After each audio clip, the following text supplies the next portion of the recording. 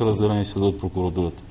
За какво са разделени тия власти? Аз призовавам всички български граждани от тук натам да не пропускат избори. Дигнете си български граждани, газа, отидете си, пуснете вота.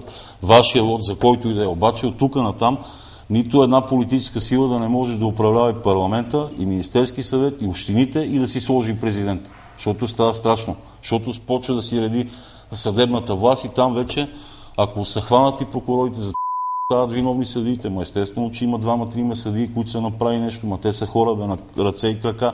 Ходят с краката, с ръцете и ядат. Не, явно са ги стиснали и те. Ма който е направил нарушение да си отговаря, разбираш ли? Какво е това 6 месеца? Съдиите, чакай бе, няма ли по един виновен прокурор, бе? Майка му, дай да видим сега, има ли поне един прокурор? И тия кампанийни работи в България. Акция Светлина, акция Топлина, акция Фолк певици, акция, ма глупости, бе, има си закони в тази държава и те се спазват 365 дни в държавата от всеки български гражданин и никаква акция. Докато правим акция Светлина, другото проспиваме ли го? Какви са тия акции, какви са тия кампании, какви са те медии загубени, продажни и подкупни и нагласени. И аз вече не гледам BTV, канал 1, Нова телевизия, не гледам, бе, човек. Ти докъде се стига? Шоуто на Слави, което е развлекателно предаване, да прави политически анализи. Ама какво да прави човека? Ще ги прави. Ще ги прави в тази, че аз го харесвам. 8 без 10, всички да гледат Тенчев и тебе да ти гледат червените букви, кога има нещо задаване. И това в България приключи. И двата вестника. Какво ще ме успиват? Тук ми се гледа и ми се повръща. Нова телевизия. Преди една година прогнозирах, че ще потъне. И смешната телевизия нагласена. Майтапа. И майтапа. Студентите излизат на протест. Оная малката, където ми направи с яхтата някакъв скалъпен репортаж, който изобщо не беше такъв. На другия ден някакви супер репортажи за студенти. Ма те стават смешни вече, бе. Ако има проблеми, студентите си го дай в някакъв формат. Значи, не мисля, ще всеки аз пратя коментари. Не, тук не е въпросът. Всеки си знае себе си, така че... Да, аз казвам за мен, аз. Така, ясно. Така. Добре. От тук нататък какво правиш? От тук нататък се вървиме напред с бавни темпове. След около малко дни откриваме терминала, вече има разписание на няколко влака, контейнерния терминал, по който работя 8 години, ще ти покажа документи. Терминал тук на гара Яна, майче. Да, предното правителство се опита да ми открадне част от площадката, 3 години не си извадиха контактната мрежа от терена. Изобщо работиме трудно. Един замминистър тогава се намеси, ще покаже публикации от вестници. Но успешен финал, направени разписания има, тръгват влаковете, работиме по схема намаляване на карбонови емисии, разтоварване на магистралите от тежки транспортни средства, намаляване на пътно-транспортните происшествия, намаляване на задръстванията, намаляване на конфликтни точки, разрушаване на настилката на магистралите. Работиме по този въпрос. Това пак по евродиректива. Ние сме нула в държавата. С ветропарка в Мургаш по-стана? Ветропарка има огромен интерес от международни сериозни компании. Не го продавам. Чакам да дойде време да го освободят и да започне да го развивам. Истината да го освободят? Той също е запорен. Това е един на 8 години проект, който е уникален, успешен проект, представен е в Еврокомисията от нашата държава. Проектът е страхотен. За съжаление ще почива още една година, най-малко.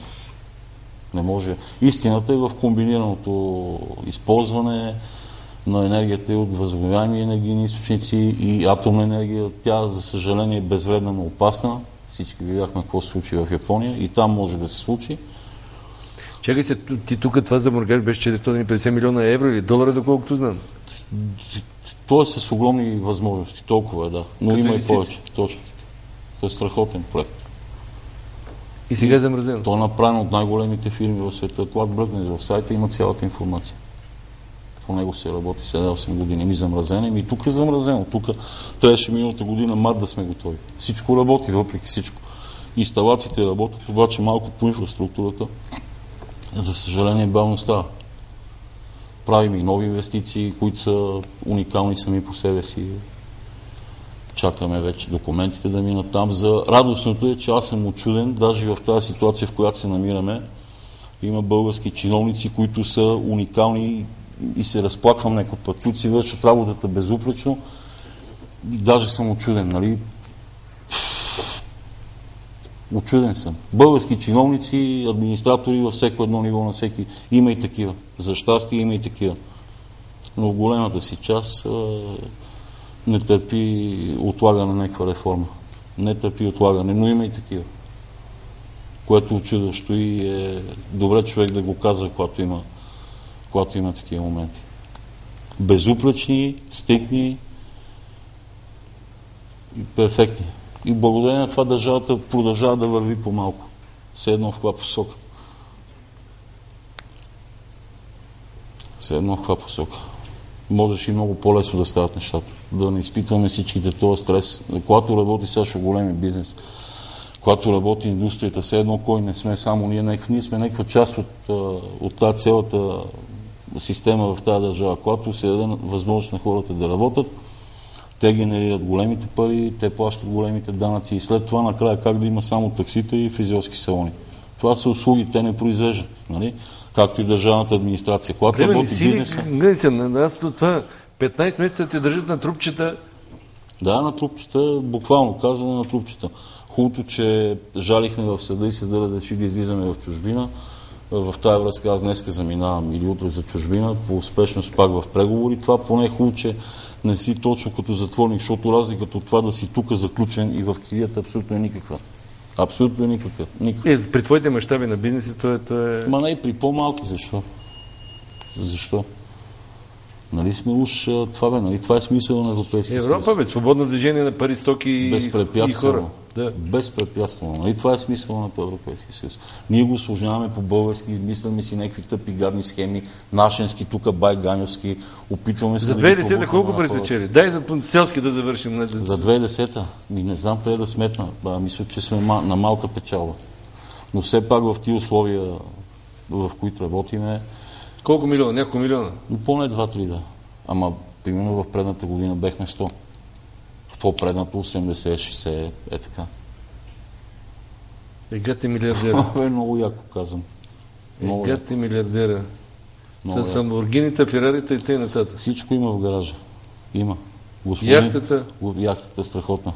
Ще повозят и ако не го приемеш като подкуп, ще отидем някакъв път, като минат Няма как да не го приема като подкуп да му се не види. Приеми го като подкуп. Знаеш как са ми предлагали, какви самолети са ми предлагали да ме водят из Европа, тук... Ти имаш един, специално към мен един грах, каза, от Топола ми предлага пари, ама аз не съм взел.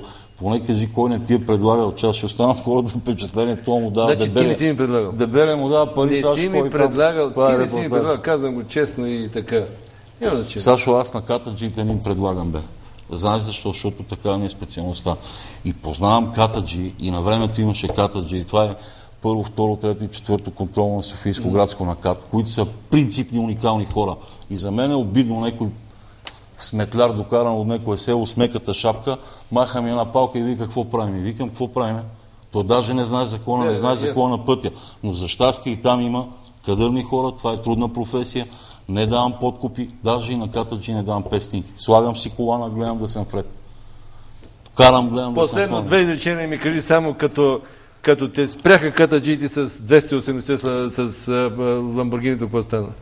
Какво стана? Кефът се ми, той е самолет бе човек. Ма пак не съм дал пари. Казвам, момчета, наказвайте ме. И те не беха и засекли точно, бе. Само виждат, че се движи малко по-бързо, да. Много яко сега. Някой път малко газ може да дадеш. Какво казва Орлик, а? Не го казвам аз. Орлик казва, катаджите взимат пари, но на мен не са ми взимали. Yes. Зарадваха ми се, медийна звезда, благодарение на 2-3 телевизии, минавам метър и аз вече съм с връзки. Значи аз съм в момента между първо и второ качество българин, съм по средата. Ползвам някои привилегии. Надявам се да им излезат на носа на някои хора. Много силно се надявам Господ да ги съди, Сашо. Ние правосъдието не трябва да е в наши ръце, трябва да е в ръцете на съда и на Господ. И тогава се оправят нещата. Аз се надявам Господ да ги съди справедливо. И мене, колкото съм прегрешил толкова, някои хора колкото са прегрешили, ако има оскълпяване, нагласяване, нека Господ да отсъди.